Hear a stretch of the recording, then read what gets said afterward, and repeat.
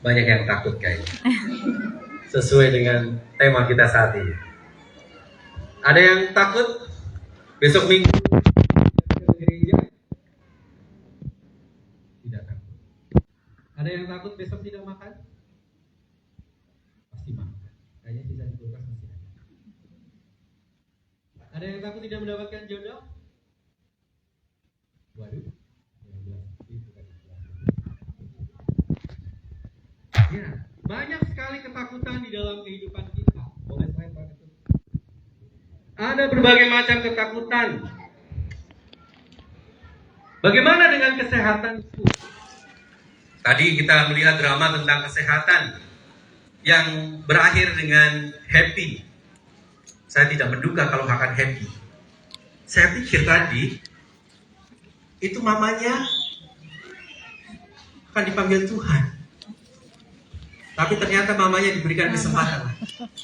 Biasanya kalau drama kan kayak gitu. Secara yang nulis itu biasa bikin sinetron. Kayak gitu biasanya endingnya. Bagaimana dengan kesehatanku? Apa yang akan terjadi dengan kondisiku di masa depan kalau kondisinya seperti ini terus? Kalau aku kerjanya seperti ini terus, bagaimana dengan anak-anakku? Teman-teman, saudaraku, mereka yang sudah seumuran, sudah punya ini dan itu, apakah aku akan memilikinya juga? Seringkali kita masuk di dalam ketakutan itu, dan kemudian ditambah lagi dengan masalah-masalah yang lain. Kalau aku sendirian bagaimana?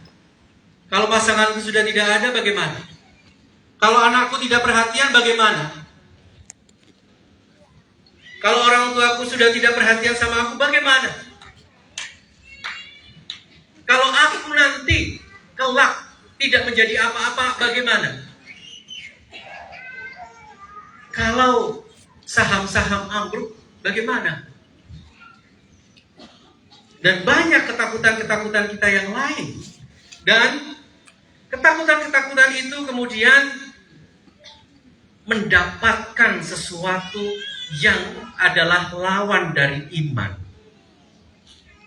Lawan dari iman adalah keraguan. Slide selanjutnya. Bagaimana jika? Bagaimana jika? Kata bagaimana jika ini menjadi pupuk di dalam kehidupan kita yang membuat yang namanya ketakutan, kekhawatiran itu semakin hari semakin tumbuh besar. What if ini seperti gorengan untuk pendeta L yang kalau dimakan tiap hari akan tambah besar. What if ini seperti pupuk untuk tanaman-tanaman kita. Kalau terus dimasuki atau dikasih setiap waktu, maka tanaman itu akan semakin besar. Bagaimana jika kesehatanku memburuk? Bagaimana jika masa depanku tidak seperti yang kuharapkan? Bagaimana jika aku tidak punya anak? Siapa yang akan merawat aku kelak? Bagaimana jika aku harus sendirian seumur hidup? Siapa yang akan menolong aku kelak? Ketakutan sering tidak datang sebagai kenyataan. Tetapi ketakutan itu sendiri meskipun bukan kenyataan, meskipun tidak atau belum terjadi, tetapi bayangan ini justrulah yang membuat iman kita terkuras. Sukacita kita menghilang, harapan kita lenyap. Dan Natal dan seluruh kisah keselamatan yang sudah kita nikmati bersama lahir bukan di ruang yang kosong, lahir bukan di ruang hampa, tetapi Natal lahir di tengah ketakutan manusia yang nyata. Natal lahir di tengah ketakutan manusia yang nyata. seperti khotbah minggu kemarin, khotbah tadi malam, bahwa ada ketakutan yang nyata. Kalau aku tidak taat pada pemerintah Roma, tidak kembali ke tempat asalku, tidak mengikuti sensus, apa yang akan terjadi? Padahal perutku sudah besar, padahal istriku sedang mengandung, padahal jaraknya 100 kilo. Ini adalah sebuah ruangan, kondisi yang nyata-nyata ada. Tidak ada di sini satupun di antara kita yang rela anak kita, keturunan kita lahir di tempat yang tidak higienis. Tetapi Kristus ada di situ. Tidak satupun di antara kita yang rela keluarga kita itu mengalami kondisi yang mengenaskan seperti keluarga Maria dan Yusuf. Tetapi Yusuf, Maria, Yesus ada di situ. Dan bagi kita semua yang mempertanyakan tentang ketakutan, tentang kondisi yang buruk dalam kehidupan kita, kemudian kita masuk di dalam sebuah istilah slide selanjutnya, Theodicee. Theodicee, kalau benar ada Allah, kalau benar Allah itu maha baik,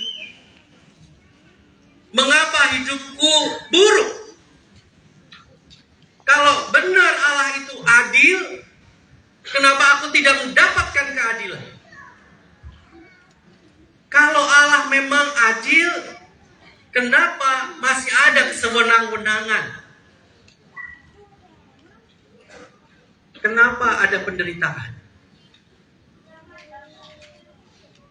Kalau memang Allah itu baik, kenapa banyak orang jahat? Mengapa hal yang buruk terjadi pada orang yang benar? Kalau kita sudah pelayanan sepanjang hidup kita, kenapa kita masih mengalami hal-hal yang sulit? Ini adalah pertanyaan. Bukan sesuatu yang buruk. Tetapi Theodicee ini adalah sesuatu yang sangat-sangat manusiawi. Dan kalau ini masuk di dalam jalan yang benar, maka dia akan membuat iman seseorang semakin kuat. Raja Daud mengalami hal yang sama. Banyak pertanyaan tentang kebijaksanaan Tuhan. Para nabi, para rasul mengalami banyak masalah dalam kehidupan mereka.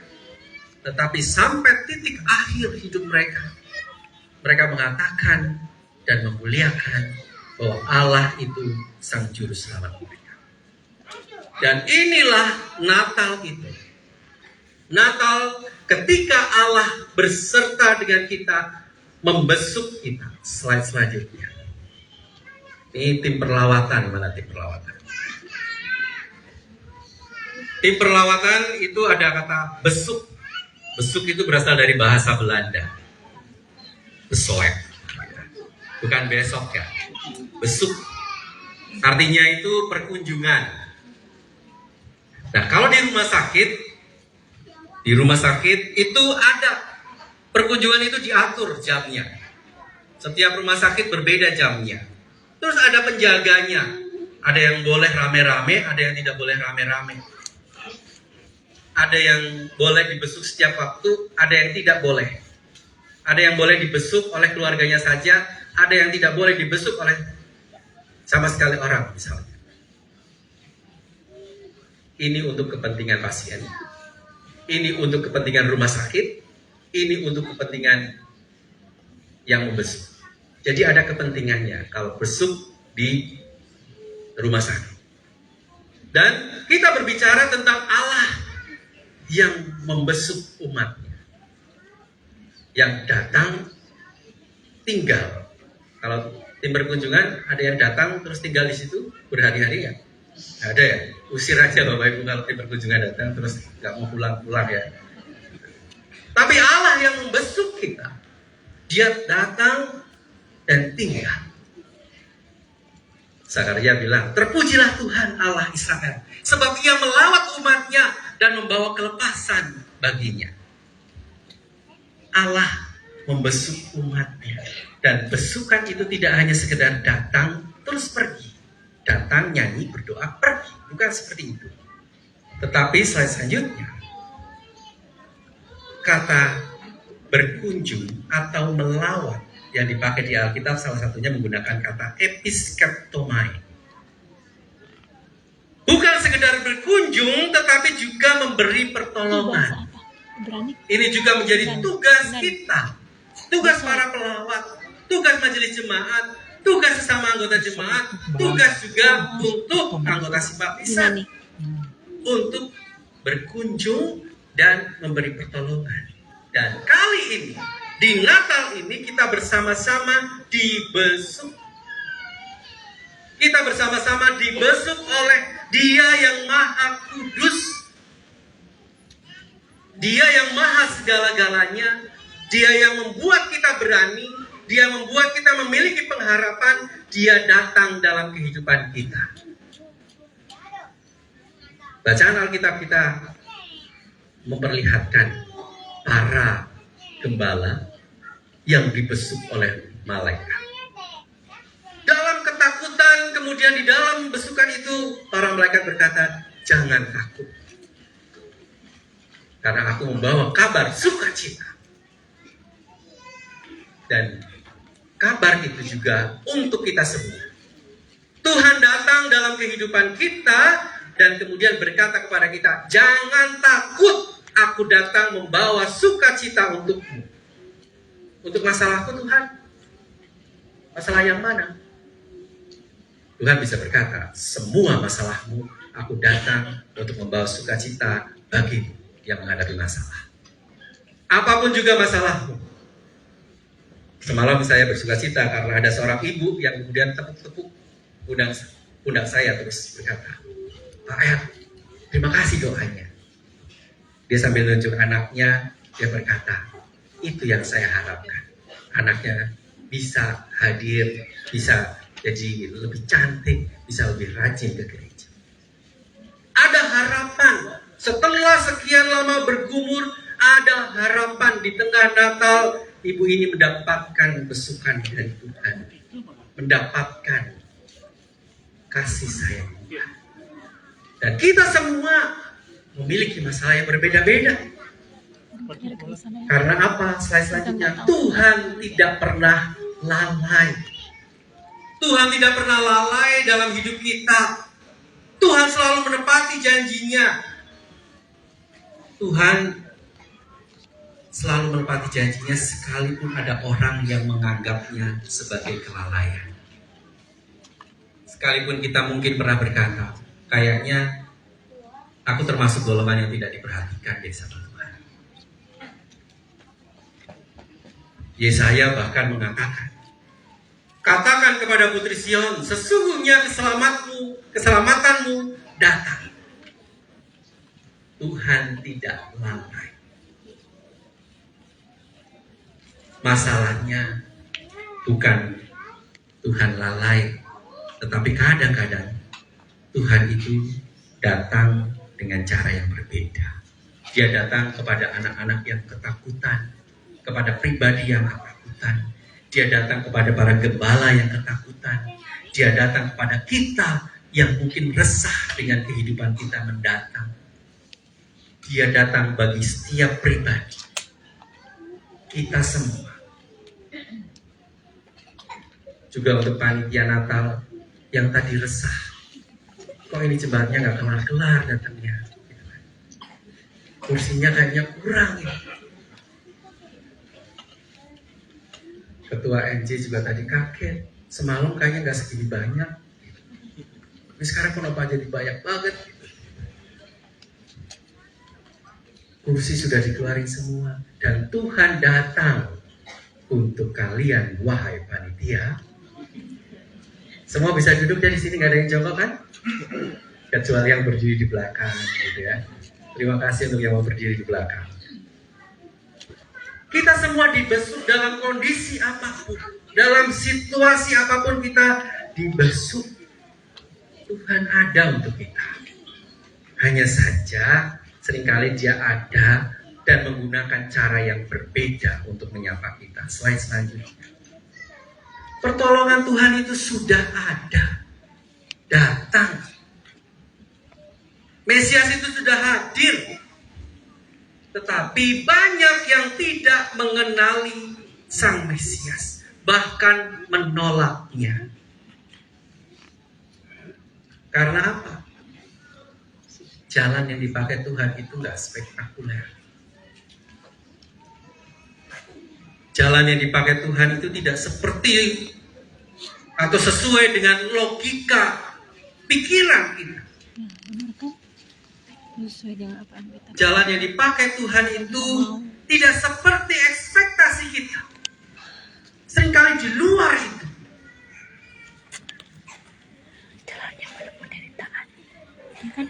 Kita sering berpikir tentang kemuliaan.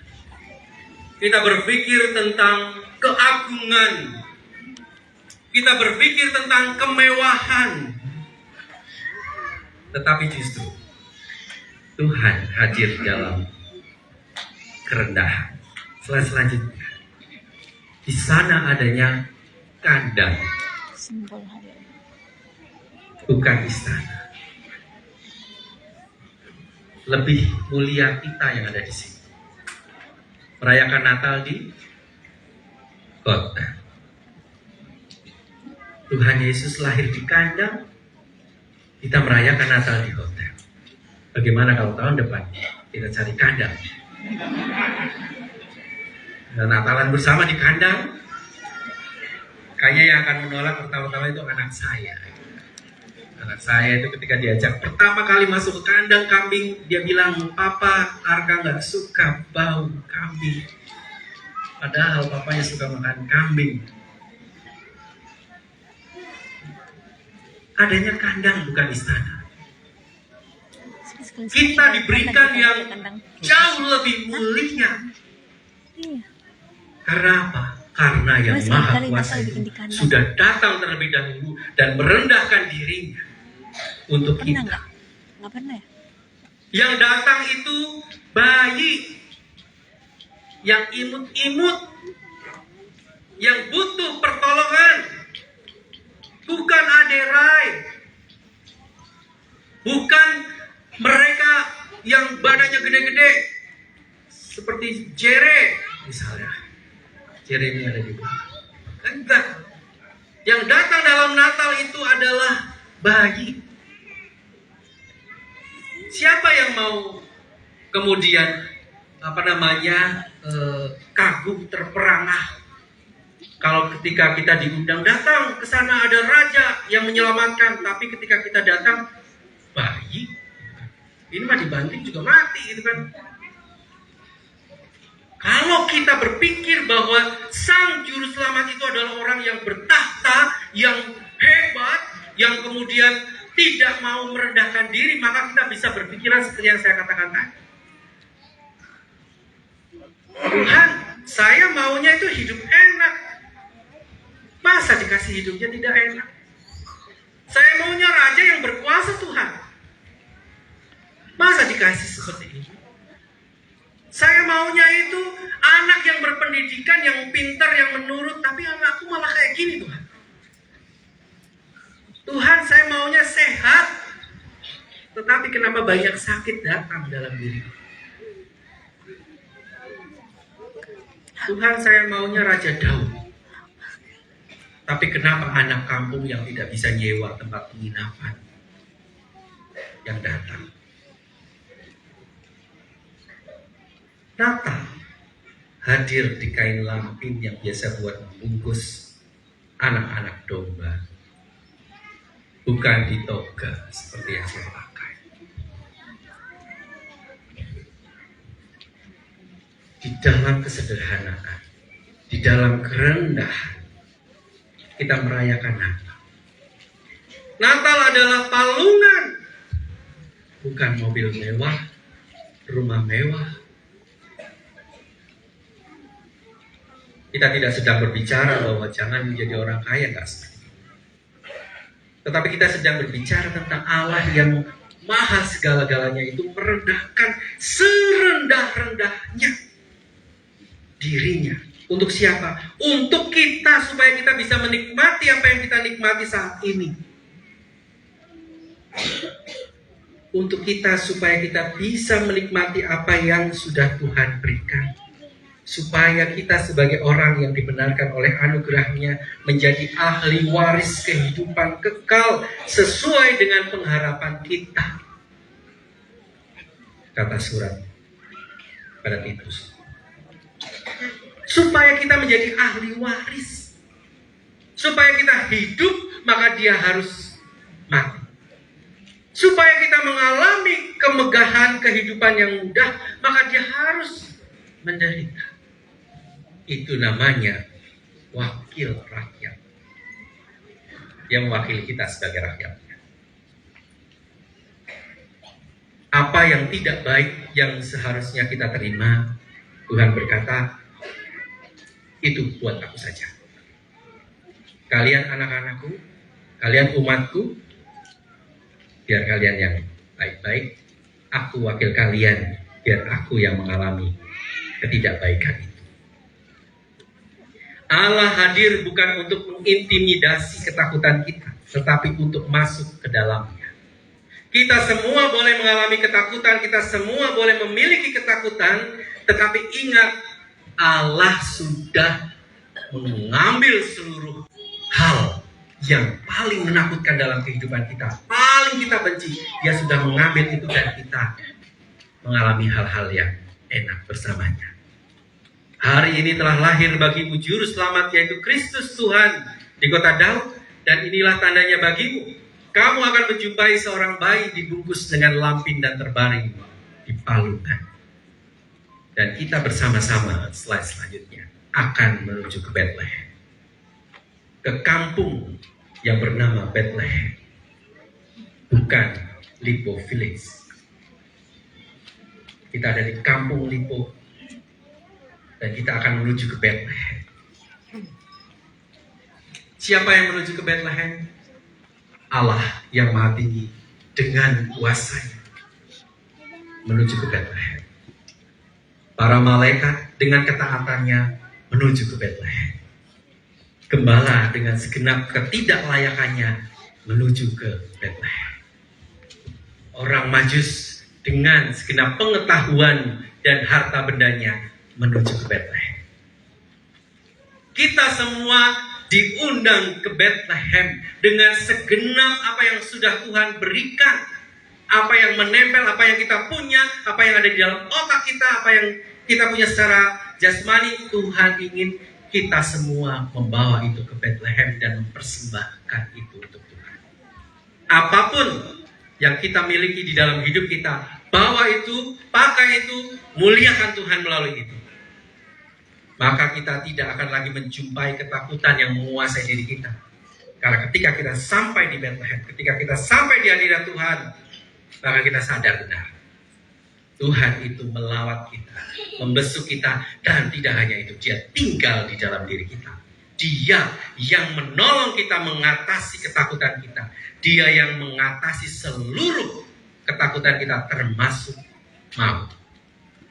Selamat Natal. Kiranya Tuhan menolong kita. Amin. Kita masuk di dalam saat ini.